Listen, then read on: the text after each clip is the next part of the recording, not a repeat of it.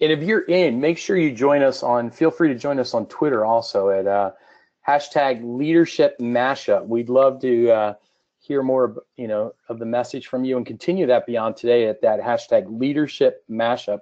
We encourage you to check it out and join us in the conversation beyond today. Sounds great. I've never really been part of a pre-show here, Bill, like this. This is kind of cool. I feel compelled to give the early birds something worth their extra while. So we'll just shout out, Bill's book and my book have augmented reality content built into the front and back covers. So if you already have those books, downloading the free Erasma app and scanning the book covers, it's pretty cool. Bill, your videos were pretty neat. So were yours, Brad. I modeled it after you, so thanks for that tip. And, I think to our listeners, too, it's a great way if they do that, they'll see how they can use Erasma in their classes and in their schools. It's pretty awesome what you can do with it. Mm-hmm. Yeah, the thing that I thought was pretty important, and one of the reasons why I even looked into Erasma was we don't just want our kids to be consuming this stuff. We want them to be actually creating the content, and how are they going to do that if their principals and teachers aren't figuring it out? So I totally agree, Brad. We need to be leaders in the use of technology, and I think one of the things we're going to a school, I love this school in Lecanto, Florida. What they did was they took Erasma and they brought their yearbook to life through Erasma, bringing up videos of the band playing and the football team and cheerleading. It's pretty awesome. Very cool.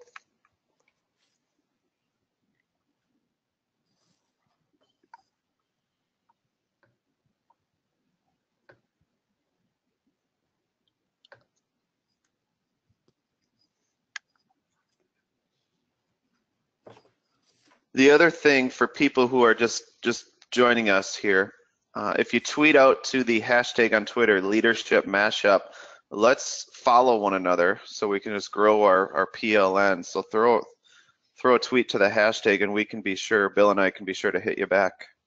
Stay connected even after this mashup.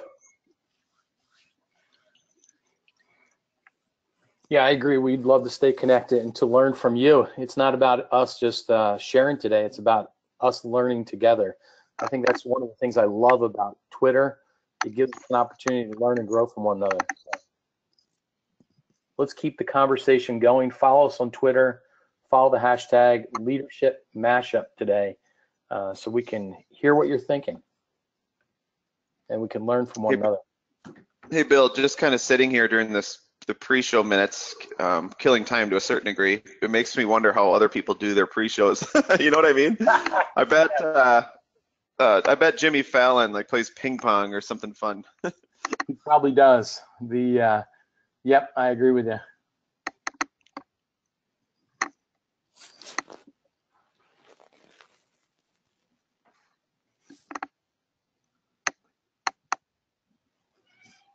This is the behind-the-scenes pre-show at the Summer Book Mashup. It's great to have you with us. It is funny when you think about guys like Jimmy Kimmel and Jimmy Fallon, what they're doing right before they come out, because they're so smooth when they come out. So they're probably jumping up and down and roaring, behind that screen. Do you think they butcher the pre-show as much as we are right now? I think so. I doubt it. You think so? Okay. I think they do. Yeah, I think they just have fun with it. Honors, the folks at NAESP who are kind of running this webinar, they're going to be like, we should have muted them up until start time. No. NAESP gives me full approval to just have fun with this one, so it's a playful note today. I'm actually in California right now at a Future Ready Summit, and yesterday Tom Murray, one of the people who helps run Future Ready, former Governor Bob Weiss was here, and Tom said, "Hey, Governor, would you like to say a few words to the crowd before we kick things off at Future Ready?" And the governor says, "Never ask a former politician if he'd like to say a few words. Of course I want to say a few words." So he delivered some inspiring words. That's kind of like you and I, Bill. It's like asking principals that do a pre-game show right before we get started. Never done it before, but of course we'll try. Absolutely. Good. I'll be ready. 2 minutes till kickoff, right? 2 minutes to kick off. I'm putting my makeup on right now for the pregame show. We're ready to go. Yeah. Brad, I have the marching band coming out ready to play in about a minute, just so you know. Nice. Gonna do the Minnesota Vikings fight song? Yeah, we'll do that. I'll start singing the Eagles fight song here. Awesome. Okay, we're about to begin in 1 minute. 1 minute and counting. Get ready, everyone. Join us. Jennifer Olsen, it's great to see you. Louisa, it's great to see you. Thanks for joining us. One of our Discovery pals. I see you on the Twitter chat. Got your seatbelt and helmet on, Bill? I got it. Ready to roll. Things are about to heat up here. So you all have been muted as you come in, our participants. You'll have to use the question box to write in your questions, and we'll be monitoring them.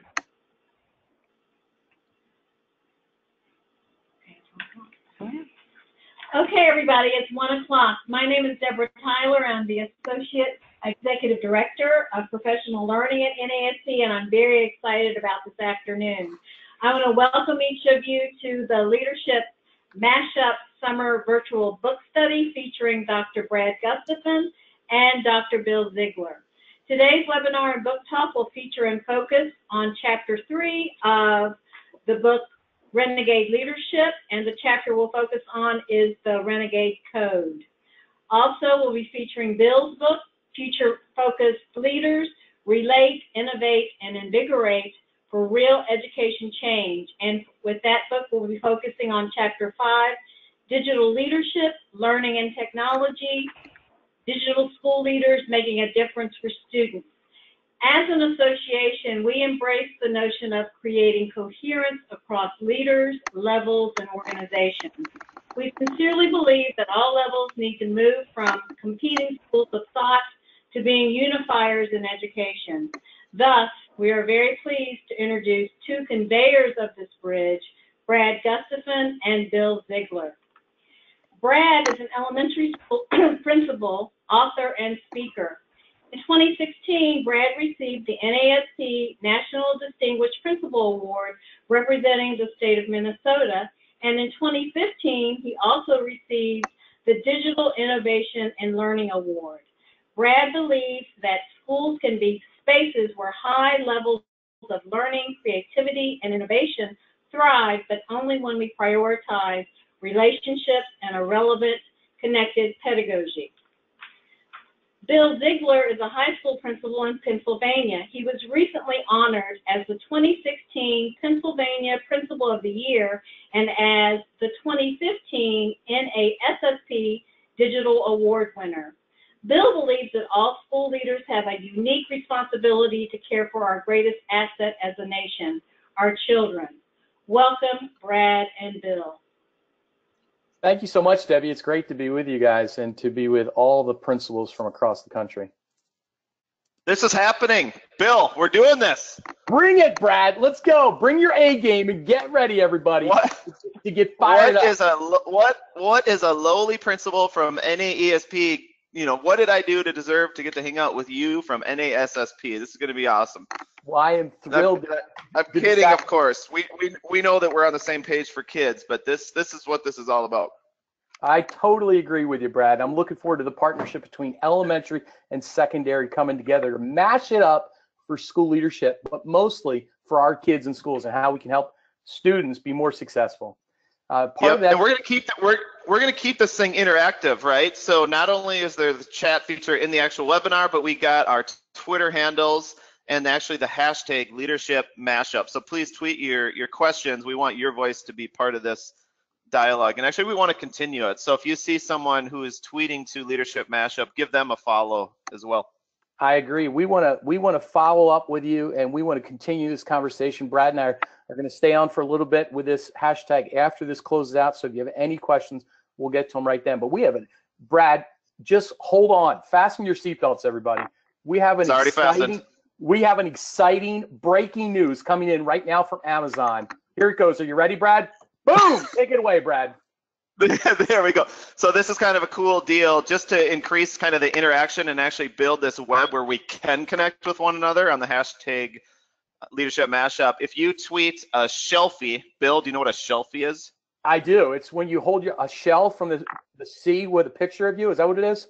No. It's like you take your book off the shelf and you get a photo of it, kind of like a selfie. So if you get a shelfie of yourself holding either Renegade Leadership or Future Focused Leaders, put it on the hashtag and you will be eligible for a $100 Amazon gift card. So one person from today's webinar is going to win that. Be sure to get your shelfie up before the end of the show. And if you do a picture that somehow has both books in it, we will count that as 2 entries and you'll double your chance to win.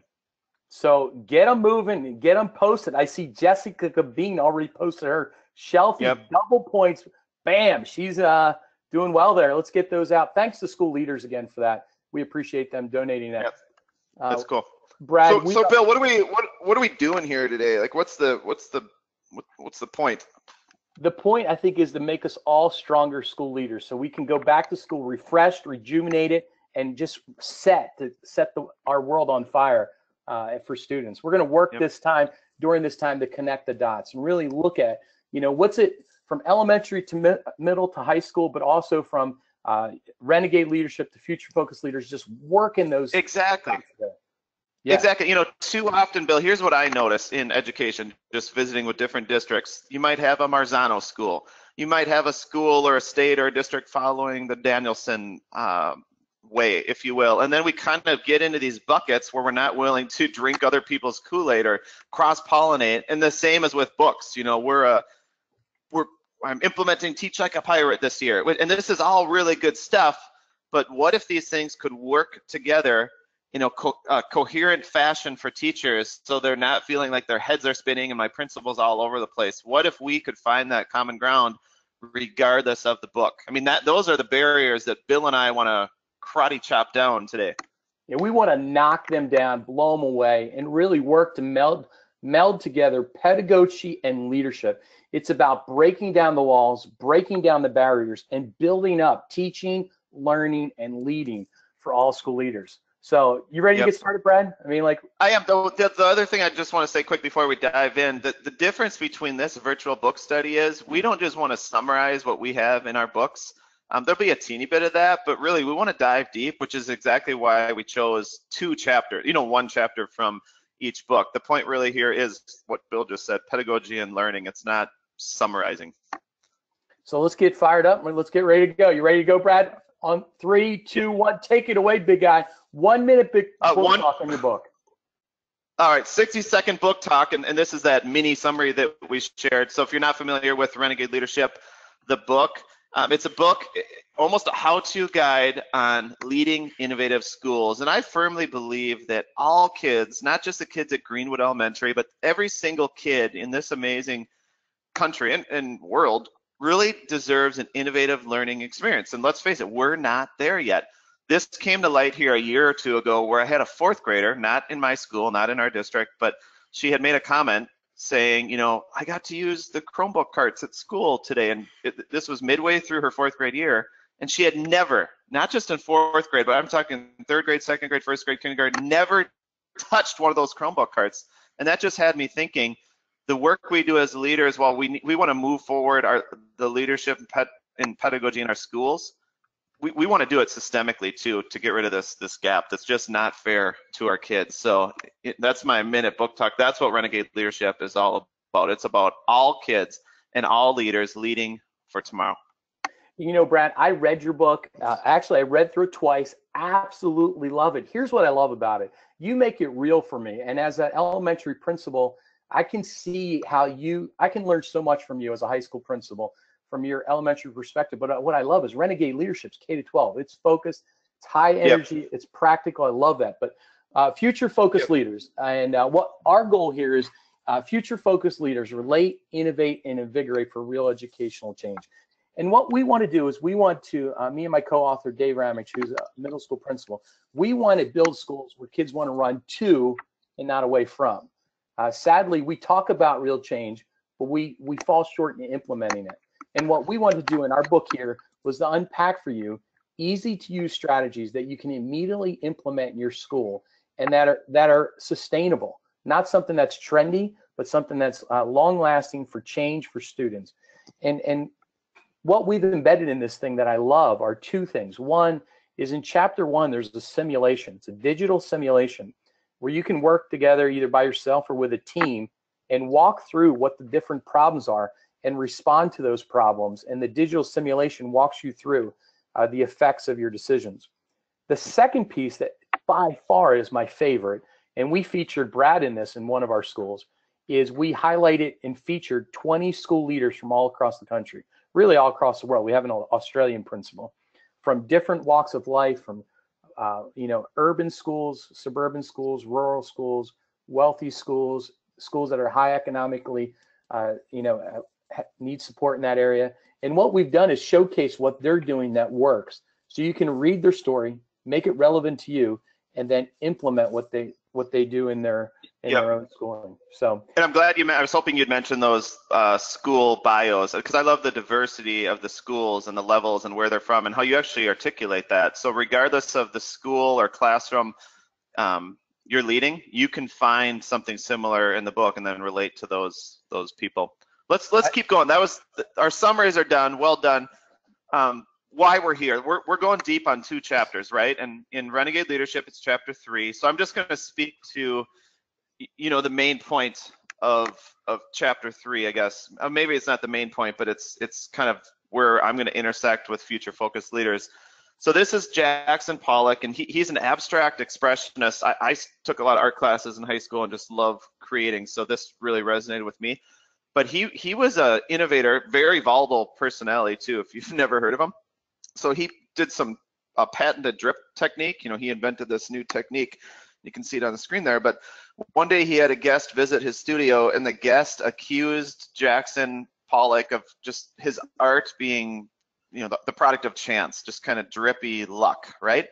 And that incensed Pollock. He was not happy. So he took his brush and he dipped it into I don't know if he had a can or a palette, but he got a dollop of paint on it and flung, not the brush, but just the dollop of paint with the flick of the wrist 50 feet across his studio apartment, hitting the doorknob square, effectively showing this unwanted guest the way out, saying, you think chance operation?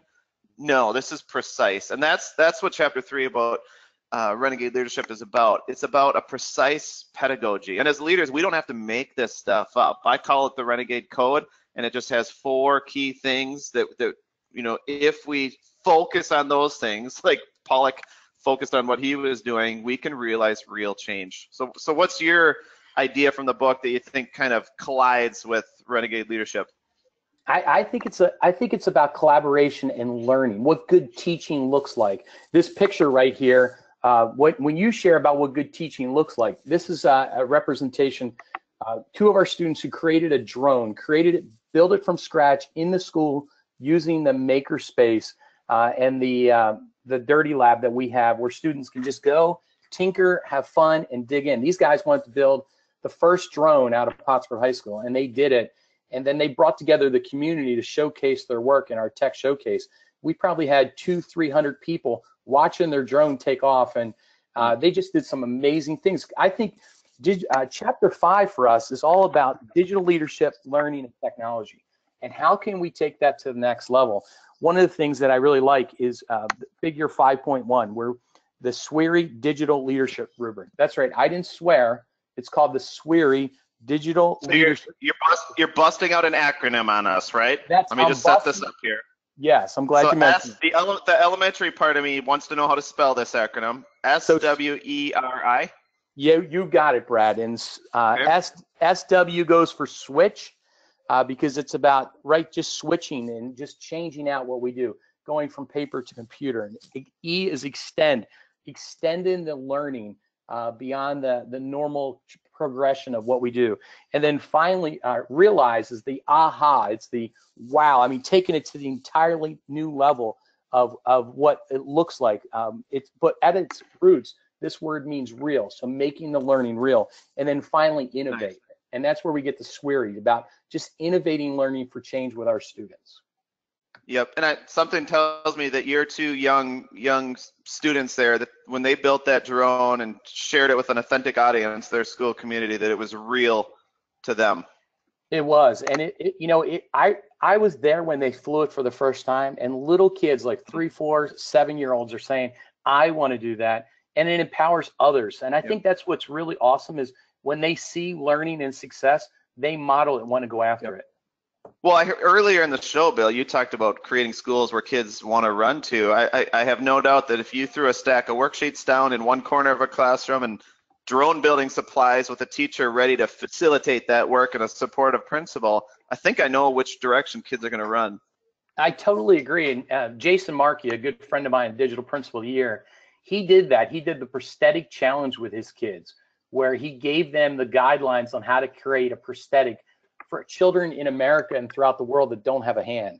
And how awesome was it to see his kids make these prosthetics, send them out, and then make connections with the kids that actually they gave a hand to. So we need to make learning real for kids, and that's what it's all about. Yep. And that's what we're going to talk about today. Let's keep firing away. So the main thing, really, if there's one thing you get out of Chapter 3 in Renegade Leadership, it's this path. I call it the Renegade Code. That is the pedagogy. And you'll see it's underpinned by relationships. If you try to do it without relationships, if you pull that element out, everything falls apart and there is no foundation. And then we can build collaboration, student ownership, digital connectivity, and these learning experiences like creating drones and other work that's aligned to standards on top of those relationships. That's the real deal. That's the main thing. Bill, it reminds me real quick, and then we'll get to your main thing. I remember when I was in college, I'm always competitive. I love playing board games and stuff like that. But I was playing Monopoly with several friends and my future wife. It's amazing. She stuck with me after this Monopoly story. But this is really dorky. I used to read the Monopoly rules over and over and over again, just all growing up. I wanted to know everything about the rules so that I could play within the rules, follow the rules, but pick up on the nuances to take my game to another level. And some of my friends, they make assumptions about Monopoly, like that you can just trade in houses and hotels anytime, but you can't. There's a certain way you have to do it. So they've kind of sworn off playing with me. But the reason I bring that up, and I do go into it a little more coherently in the book in Chapter 3, it's when we learn the rules really, really well, we can kind of apply them like artists. We can, with integrity, use discernment on how the rules can work best for our kids as we move forward into the future. And for me, the artistic brush, the lens that helps me leverage, what I want to do is this Renegade Code. So that's the main thing. Brad, love the Renegade Code. One thing is, don't pass go and don't collect your $100, because by the time you read through the rules, I would have already taken all your hotels. But anyway. Oh, I can't believe you just went there. Did he just go there? I just went there. We need I sense an alternate hashtag popping up here, like Renegade Monopoly players or something like that. Or hotel extraordinaire, because I just collect them all. But anyway, I love what you talk about and how different we are as leaders. What you point out is really unique, because think about what you just said. You read through the instructions and the directions first. There's people here sitting listening going, I am right with you, Brad. And then there's a guy like me that going, reading directions? My wife does that, and she tells me what's in there. I'm just going right to the game. And that's... Well, you know what else is, Bill, you know what else is happening? And this is why we wrote our books. It's people are also playing by some antiquated rules, a pedagogy of the past, when in reality, kids need a relevant, connected pedagogy that actually factors in on a reliable basis how to use digital tools and digital means of collaborating to propel their learning forward. So it's almost as if we're playing a 1950s version of Monopoly, but yet kids are looking at these pieces in this connected world thinking, what's up with this? I agree with you. And I know this is hard to believe a principal is saying this, but almost we need to break the rules of the old and engage in new rules that allow innovation and design for students. I think, but it requires leadership, Bill, because so Renegade leadership is positive deviance, where we're doing this together in a way that makes sense to people and they can all buy in and go further together, as opposed to just having fragmented chaos and dissidence. This is about painting a brighter future, but doing it together in line with district vision, state standards, and again, that's the role of pedagogy. All right, you've got me all fired up here. I want to take you down I want to beat you at Monopoly, but we better hear, what's your main thing? So future focused leaders, really in this chapter, we're looking at what innovation builds empowerment. And as school leaders, we need to step outside the old boundaries of how we used to do schooling and really just jump into what innovation looks like, creating a new learning environment that students are engaged in, that they're creating, designing, publishing. Why can't our kids today be the real problem solvers? I'll give you an example.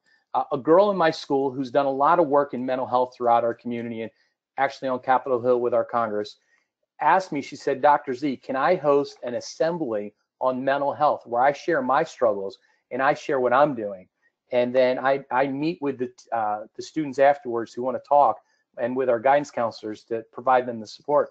And, you know, I gave her a voice and allowed her getting up there on that assembly. That's innovation. Innovation isn't necessarily buying a 3D printer and printing out something. That can be innovation also, but innovation is in the thought process. It's in how we act. It's in what we do, and it's in creating a new idea. And really, our goal here is, with Chapter 3, is to challenge you to step into the next level and get connected, create a personal learning network, professional learning network. I actually put some. Bill, I want to pause for a second, because what you said is so profound. And if there's one thing that people walk away with, I think that could be the thing. So I'm glad that was your main thing. You don't need an iPad or a Chromebook to be innovative. All you need to do is think differently. So for example, you having a student take ownership of a student assembly, whether it had technology or not, that's the kind of innovation that's alignment with Renegade leadership, right? We can just look at the student ownership piece, which is part of the code. That's huge. Yeah, because so many times when we think innovation, we instantly run to technology and digital learning. It doesn't have to be. Another example is we decided we're a No Place for Hate school. And so we asked our students to create a play around the No Place for Hate. And it was student directed, student led, and our community came out and saw it. Innovative idea, has nothing to do with technology. It's how we think differently. And Brad, I think we need to think differently as school leaders. We need to work and think differently, because our kids deserve the best of us. I love what Todd Maloney says. Yeah. With kids deserve it. They deserve our best all the time. Yep. Let's go to the next slide, because we're going to talk about before and after. Like, what did this look like before? Which our before might in some cases be today, and then the tomorrow's better. What did this look like 10 years ago? The nuance to what we just talked about, and maybe this is pushed back a little bit, Bill, as much as innovation does not have to be tech laden, tech rich, if it's never, or if it's absent technology, that's not fair to kids either. Technology shouldn't be a novelty either. I totally agree. My before and after, you know, what did it previously look like? Just so people can begin to apply this stuff in their leadership worlds and roles. So growing up, Bill, I don't know if you ever did this, but you spin a globe as fast as you can. You trace your finger along the edge. Loved it. Okay, good. As the globe slowly stops, what we played was, you know, where we would live, where we would get married, all that type of stuff. That was how I honestly connected with the world. That was it. And maybe it was on a plane once or twice in my life growing up. But now fast forward to today, what does that look like today? Well, I'll tell you what it looks like. It looks like if you're reading a story that has kids from South Africa and the stuff that they're working on in their classrooms, then it means dialing them up via Skype and connecting. And we've had teachers do that, and not doing it in a novel way where it's like a once a year thing, but just connecting with the world and learning from others and developing that empathy and getting a glimpse into their window and world on a really regular basis as a matter of pedagogy. Yeah, you know, Brad, it's very similar for me. When I was a kid, growing up, field trips, we would go to the local ones here in Philadelphia. I saw the Liberty Bell so many times as a kid, and didn't get out. I didn't get beyond Pittsburgh probably, which is about as far west as I didn't get as a kid. But I remember my field trips were slideshows that my teacher would roll that little slide through and show it to us as a class. What's awesome about technology is that now with augmented and virtual reality, we can take kids anywhere in the world. Discovery VR will actually go in, and they have virtual reality tours of the North Pole, and you can go up there and see what's going on in North Pole, or you can go down to a cave down in South America.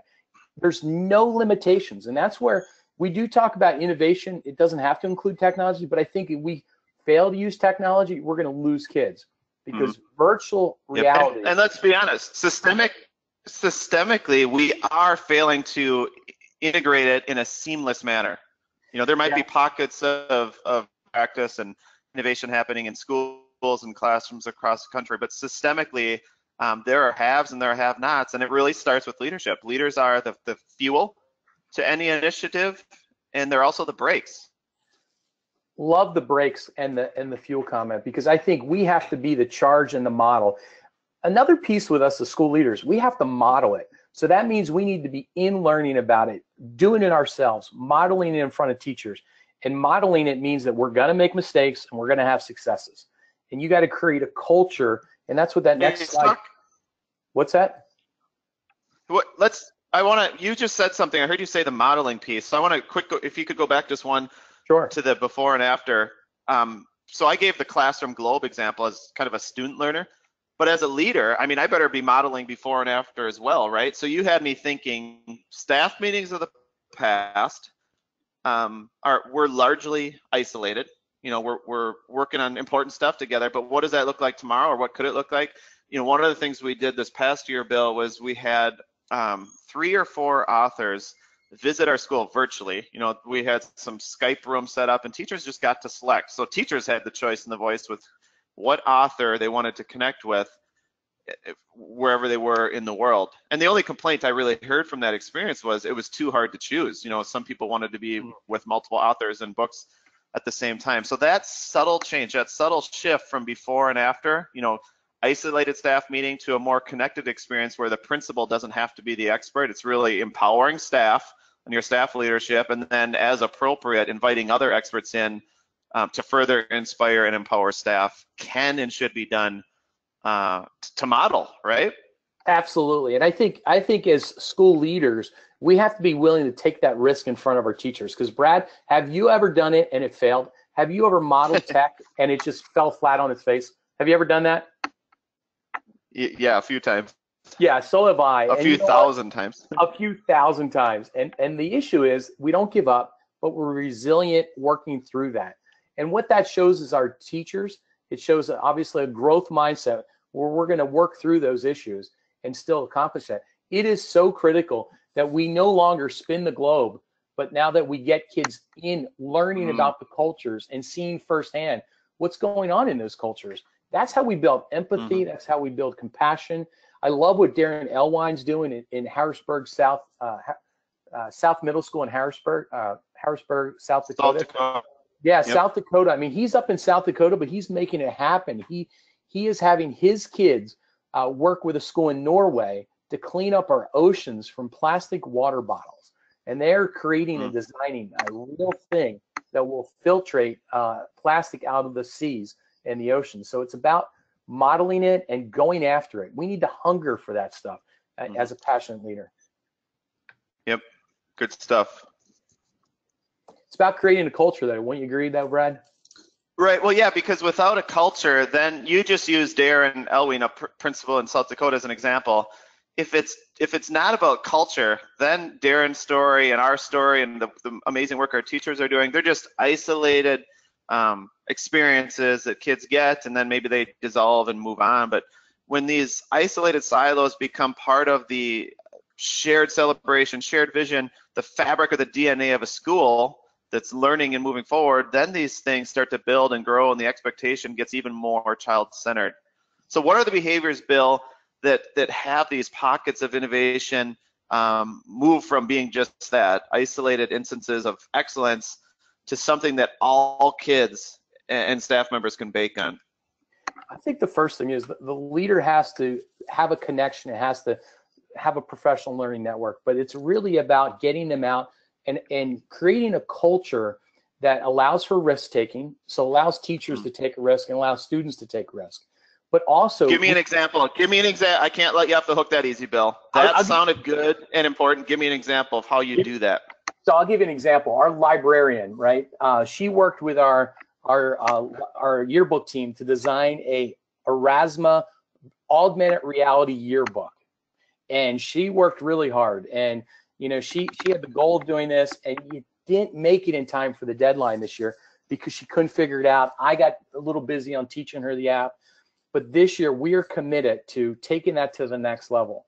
You know, when things don't go as planned, don't give up, don't get angry, keep pushing through and keep working for greatness for our students. Just like that example with my librarian, I came alongside, supported her, and I said, hey, listen, you know what? I should have been there more for you. Let's sit down together. I'll walk you through it. I'll show you how to do it. And next year, we're committed to having a yearbook that's engaging more than just on the pages of the print. What you just said, connected to the Renegade Code and that pedagogy, your innovation and your work with your librarian or media specialist, there was something very vulnerable and human about it. The relationship really is going to move that forward, because if I heard you come, you know, if you were my principal and came to me with that level of support and just kind of owning the fact that maybe you could have even done more to help, then we're on common ground and we're doing it together. I mean, you're creating culture with every single conversation you have, Bill. And in that instance, it was a culture of innovation, and this is important enough where we're not going to let it go. We're going to keep moving forward.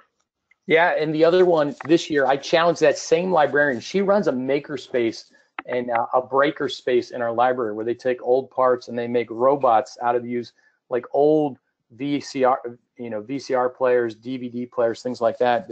I challenged her to take learning away from just making robots for fun to changing lives. And she is pumped about this. I gave her the prosthetic challenge, and our school's committed this year to creating a prosthetic hand for a child that can't afford one or doesn't have the health care to be able to get one, really making a difference. I think that's the other thing, Brad. We have to create a culture that solves problems that are bigger than our school, right? We, as teachers, we give problems that are just solved, that are on paper.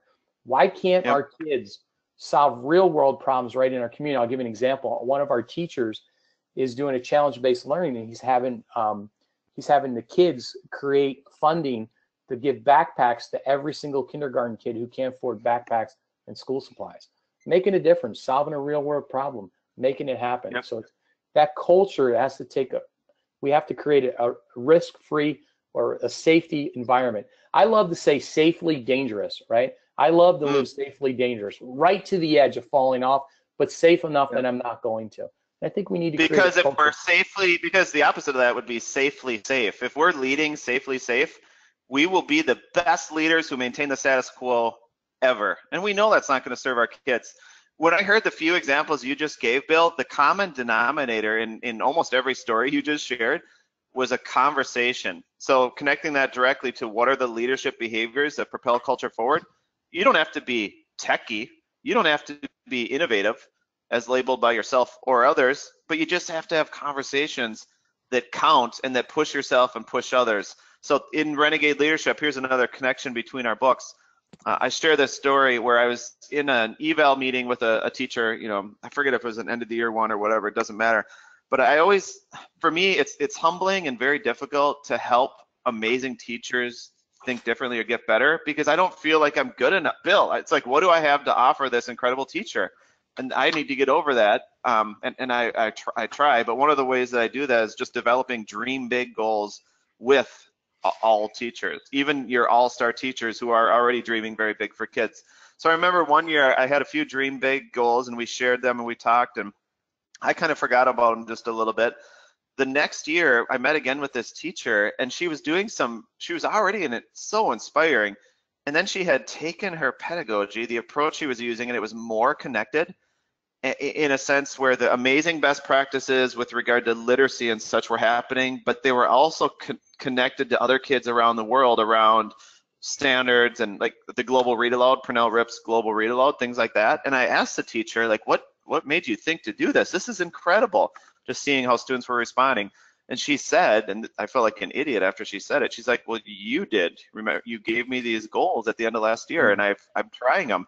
And in that moment, I just thought, like, principals can support so much, and just by not necessarily having the answer, but encouraging someone to take a risk and building on the awesome things they're doing, teachers then can figure out what makes sense for them and their kids, but just having that conversation can create culture.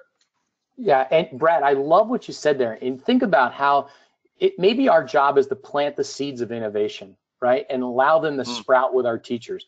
Because what you did was you planted a seed, you forgot about it, but the teacher and they came back around and implemented that change in innovation. And if we can be dreamers and seed planters along the way of innovation, it will inspire teachers to embrace that and jump on it. I really like one of your codes, experiential learning, right? It's all about the learning.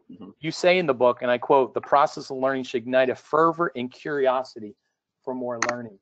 Isn't that's really what we're all about, I think, as school leaders. And what we need to be is to ignite a fervor and curiosity for more learning. I think that's the kind of culture we need to create, one that creates a fervor, a fire, a passion for curiosity and more learning.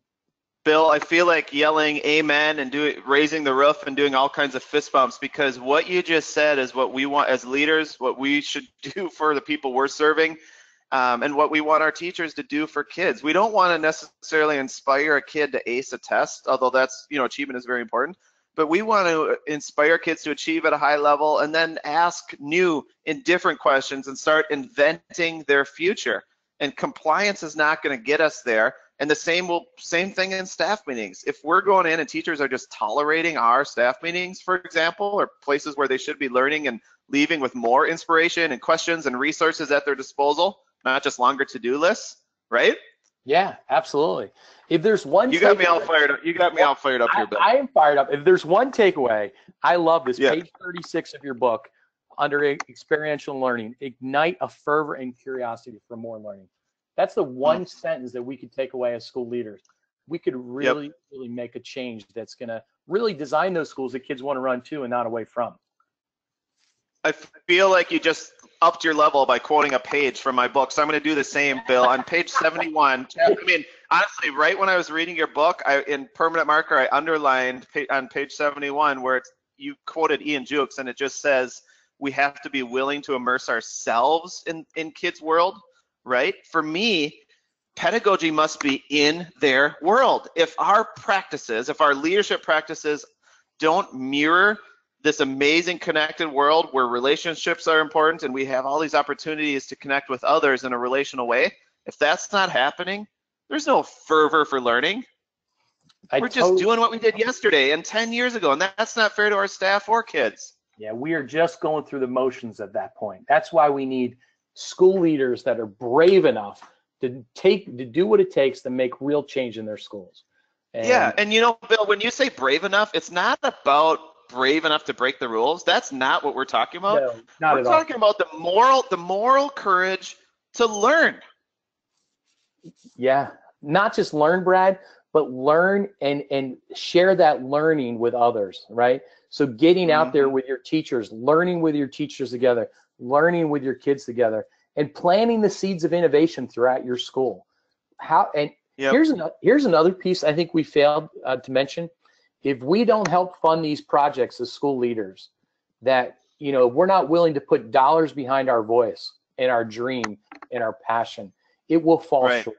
And that's where I think school leaders, we have to get creative in funding, and we share that in our book, how you can do that, some great ways. Like donorschoose.org, a website everybody needs to learn to get a project in your school funded. Great way to do it. Bill, I got to push back. I got to push back a little bit because, like, for me, I had this image where I was with you. It's not about just leaders holding pom-poms cheering this on. I think we need to open up pocketbooks. But when I get nervous when I hear people talk about grants, because for me that's not enough. So I'm going to give you my counterpoint, and then I want to hear kind of what your thoughts are. We actually started a line item in our budget, and it's not huge, but at least it's a starting point, a line item for innovation. So when a teacher comes and has an idea, I don't have to wait until the end of the year and hope I have extra money. I can either meet them halfway on the idea from this budget, or maybe even make it happen right away. And then we've even evolved it into this, we call it one sentence grants, where a teacher can email me just in a sentence, like, here's the difference I want to make for kids, here's what I need. So it takes 10 seconds of their time, and most often we can make it happen. And they're asking for things that are in line with district and school vision. So help me understand. What about a teacher who doesn't have time for a grant, or if they need more or different support? Yeah, first of all, that's a great idea. And I do the same thing. I don't have actually an innovation thing, but if a teacher wants to do something, I find money to make it work. But there are school settings and there are places that may not have the funds within their budget, right? And I think donorschoose.org is a great way to get money and get it quick. You don't have to wait a long time. And the other thing is, if these projects are that awesome, why not get businesses looking at them? Why not, as a school leader, be bringing in the community to celebrate the work and to help fund the work of students? I think your idea is phenomenal, and it's something I want to do. And I think that, you know, that with leveraging the community and other resources, you can do things that are bigger than your budget. You can blow your budget out of the water. Yep. And that's where I think bringing in communities and schools, I love what the Fair School does up in Minneapolis. They're close to Target, the headquarters for Target, you know, my wife's favorite shopping center. I don't know about you, Brad, but they they go into their school and they fund a number of their projects. Walmart does that, Home Depot will do it, Lowe's will do it. So check out some of those ways to also get some funding. Bill, I want to circle back to something I heard you say a second ago before we get to the next slide. You talked about modeling, or you alluded to it, and this picture that we're staring at on creating culture, it's some 3D builds that some kids made. The backstory on those simple keychains is I read a blog post, and have you heard around New Year's people come up with their one word for the year? Yes. And it's kind of more inspiring than a resolution. It's a word that kind of guides your thinking, and you celebrate and you keep revisiting. So I read this post, and I thought our staff might be interested. I sent it out, and a few weeks after I shared that blog post, and I forget who wrote the original post, so I apologize for that, but I was kind of hoping for feedback or something, and I didn't hear a peep. And I was kind of thinking, oh, that was a fail.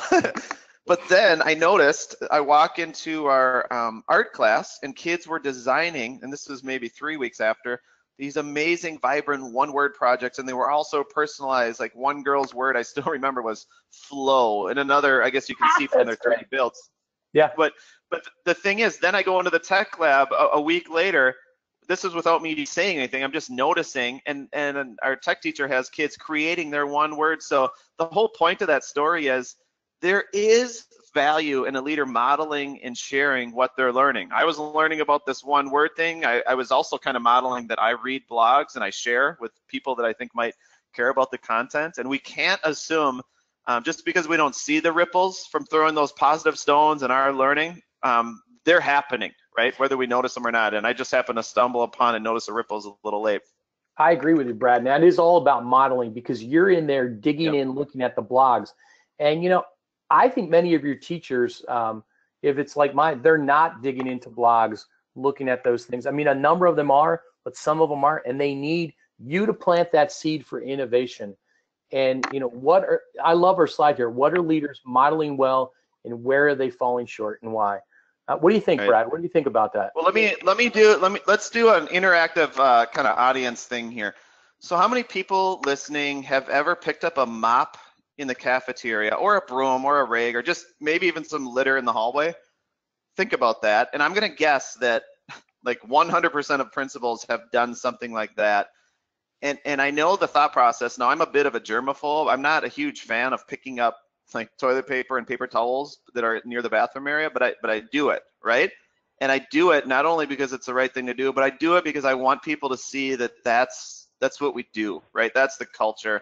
It's not about role or position. We are all serving kids, and we want this to be a good environment. Make sense?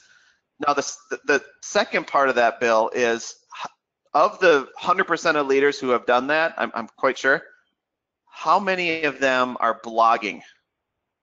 Great and I'm point. willing to bet that the percentage went down, right? So the question now in this 21st century context, in this future-focused leaders, renegade leadership context is, why? Why are we so quick to model picking stuff up and pitching in with a broom or a mop, but why won't we force ourselves to do what our kids need us to do and start blogging and reflecting and using social media as learning media? That should be 100% thing. It should be a standard. And, you know, Brad, you're modeling that. You do a podcast called, I think it's Unearthed, Brad. Is that what it is? Yeah, yep. And I love how it's not just a blog. You do a blog, you do a podcast, you're on Voxer, you're on Twitter, and it's like triangulating your learning and your leadership to others. I think we also have a responsibility to invest in the lives of other school leaders.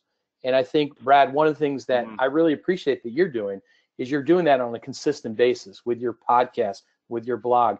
And we should be developing that leadership capacity with our teachers and doing that as well.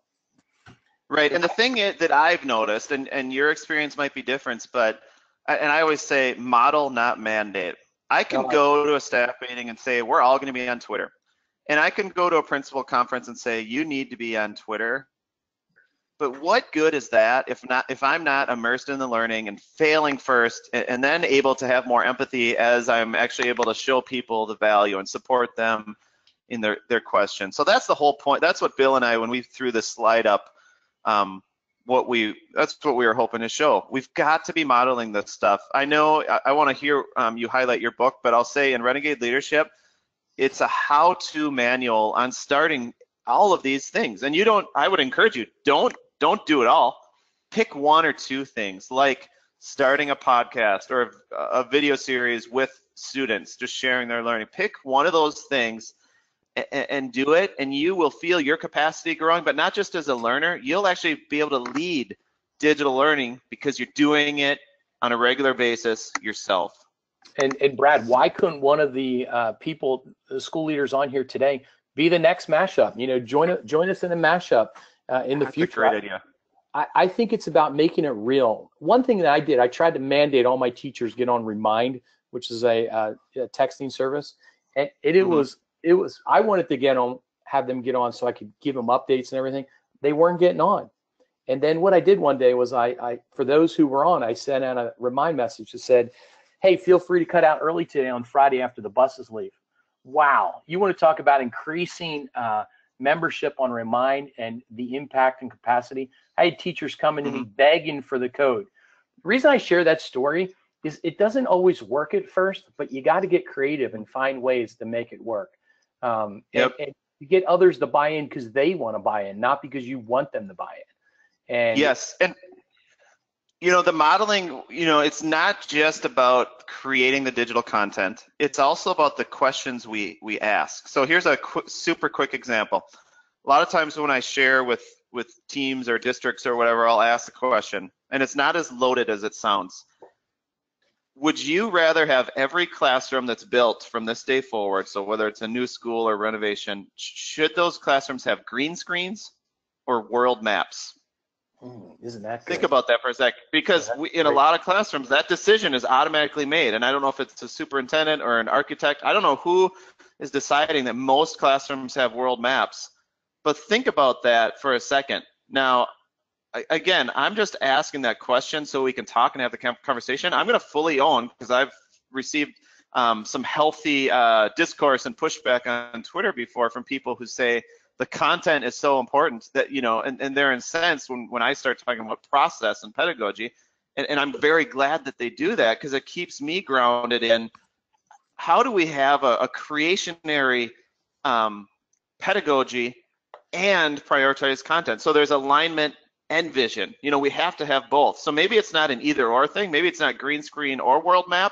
Maybe it's just asking the question like, where's the green screen? Or if it's not about green screen, where is the space and the priority where kids and staff can create the future and show their learning in a different way as opposed to a fill in the blank manner? Brad, I so appreciate that. Glenn Robbins in New Jersey, he just painted an entire classroom with green screen, which is, you know, it's an interesting thing, great model to do. You also remind me of Hall Davidson from Discovery, that, and what he said was, why not have an Alexa, which is Amazon's artificial intelligence, in every classroom, so they can answer the Google questions for the students, and the students then have to create and design. So those, you know, the facts that they need to learn, they can get them right there. But get students creating, designing, doing green screening on video, touchcast, things like that. That's how we really get students engaged. And with future focused leaders, what we do is we provide a step-by-step guide for school leaders on how they can do that, how they can engage kids to solve today's real world problems. Brad, we might want Sounds like we have a lot of common ground here. We Bill, do. what would you say? You know, what's really come to light as something that overlaps heavily, that people can walk out of here like saying, you know what, both books nailed this. This is one thing I can commit to. Without a doubt, relationships and collaboration, right? So that collaboration piece is so key. At Future Focused Leaders, that's the heartbeat of what we do with school leaders and helping them go step by step on how to become a future focused leader. It aligns perfectly with your code about ownership. You know, we need to approach leadership with the goal of increasing learner capacity. That's what you say. Mm-hmm. That's what we're passionate about. But I think the overarching goal here is collaboration. We can't do this alone anymore. There's no silos as principals. Even Batman had Robin. We need to find other people to come alongside us, Brad, just like you, to inspire us, encourage us, you know what, and kick us in the pants when we need to be kicked in the pants to get to the next level. Right. I think one thing leaders might not be aware of until they experience it and realize it, their Robin might be on the other side of the country, and they just haven't found that shared space or connected yet, whether it's through Twitter or Voxer or whatnot. So here's my advice, because Bill, my common ground is actually the same as yours. It's collaboration, but we both, I know we agree, it's not just the face-to-face, it's the time in between by also leveraging digital tools to stay connected and learn. I would just encourage everyone listening, no matter how connected you are, identify one person that you'd like to collaborate with who's not in your building or district and that you haven't collaborated with before. Just have a dream big goal and reach out in some way, shape, or form and say, I would love to learn from you, and maybe even get you in front of staff somehow, whether it's through a Skype or something, and just have that type of learning and muddle through it, even if you've never done this type of connected learning at a staff meeting before, because what we model in our staff meetings, whether it's flipped leadership or whatever practice you're using, best practice, innovative best practice, that will start to trickle down and through the DNA of your school. So if your staff meetings look and feel a lot like they did 10 years ago, this is a perfect opportunity to recommit, recalibrate, and get your future-focused renegade leadership on. Brad, you pointed out something so important that we mentioned in our book. What you focus on grows. So as school leaders, it's time for us to focus on the right things. Let's get to the sleeper points. What did we miss? Let's hear from some people. What do you think we missed, Brad? All right, I'll be checking the hashtags. So at this point, Bill and I would love to hear questions, pushback, things you maybe picked up on from one or both of the books. And I'll just, as people are starting to tweet, I'm just going to share a quick one, Bill, and then I'll hear yours, and then we'll get to the people. The thing in both books that we want to make sure people don't miss is, again, I know we've said this, but it's not about the shiny object or the technology in and of itself. So it's not simply about having Google Cardboard or virtual reality in your school. It's about the student ownership and eventually getting to that place where kids are creating it, not just consuming it. And there's a big difference there. So the example that I like to share is in our school, yes, we've had Google Expeditions come out. Yes, we've used Google Cardboard, but we also invested in it's called a 360 Fly camera, where our kids and staff now have the capacity to create their own virtual reality content. Okay, and we're relatively new on this journey, but we have several videos created from the art room to Fayette to technology to Foursquare and Recess and book fair virtual tours. We're in a position now where our kids can create it, and when they can create it, they can begin to start dreaming bigger and inventing the next technology instead of just merely always consuming something someone else came up with. So for me, that's a big sleeper point. I feel like we both did a pretty good job of mentioning it in the book, but we don't just want people to gravitate towards tech. We want staff and kids empowered to create with tech. How about you, Bill? I'm right there with you, Brad. And mine, I think, is future design learning environments. We need to look at what's the learning environment in our school look like, and we need to provide students and teachers an environment that looks like the future, that looks innovative and provides innovative spaces, more places to write on the walls, more green screens, more collaboration spaces. And it's really, why aren't we moving? We have a responsibility as school leaders to push our school toward innovation, to really lead our school toward innovation. And, you know, getting kids out there, using it, engaging it, and having students solve real world problems. So, yeah, I think the other piece in my book, the sleeper point, is avoid the pitfalls of digital leadership. Don't get sucked into what's on the cover of a magazine or something you just heard on Twitter. make sure it follows your school's mission and your school's values and aligns with what your school wants to do. Otherwise, you're going to always be going down these rabbit trails. Make sure your innovation is strategic. Don't take it because it's the latest trend or it's something savvy. Use it because it's going to take students to the next level. Yep, we're going to be giving away a $100 Amazon gift card here in just a second, but I want to share a couple sleeper points that people have shared. So we got Daniel Gridley. It's about relationships, and that also incorporate the modeling, the collaboration. But here's the part of his tweet I love the most. It's one flower at a time. Ooh, we don't always have to think like system, just one relationship, one decision point, one person growing at a time. That's how it happens. Jen Olson talked about relationships and underscored it too. So I think that's a sleeper point for us as digital leaders. When we focus more on the relationship, the device and stuff, that stuff will happen as long as it's a priority. The converse is not always true. When we focus more on the iPad, that doesn't guarantee that the relationship will happen. So we have to keep our priorities intact.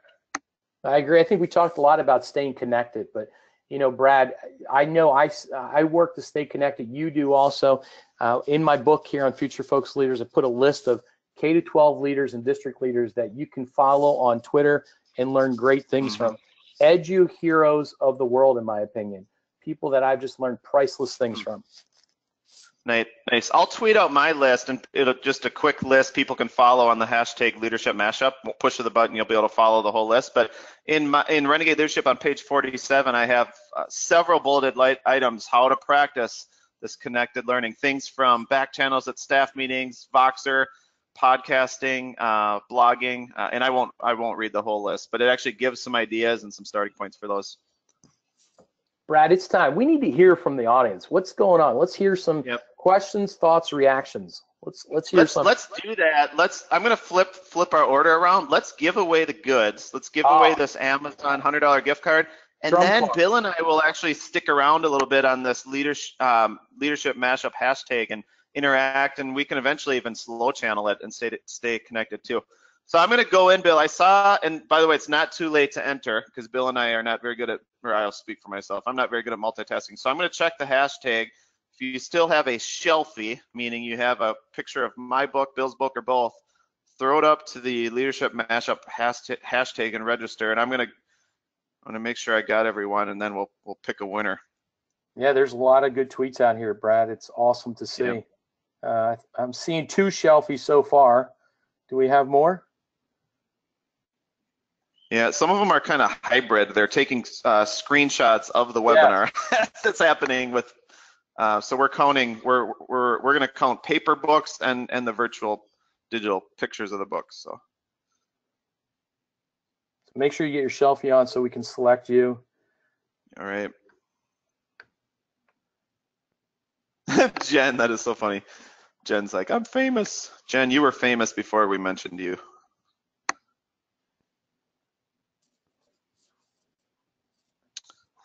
While we're doing this, if you have some questions, Debbie, if you want to put some questions up.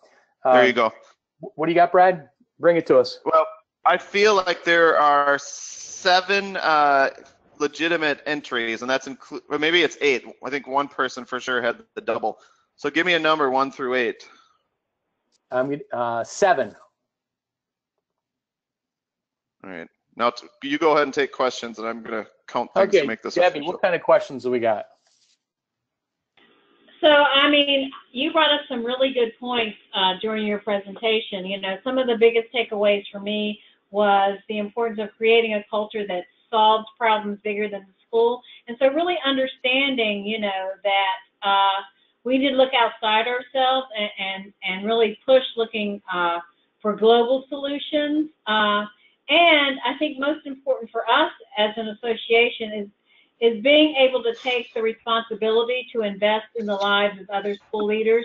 To me, you know, that's what our association needs to be about. And we need to hear more from leaders like you and Brad and some of our participants today. You know, how do we approach that as an association? So yeah. I think great job today, both of you.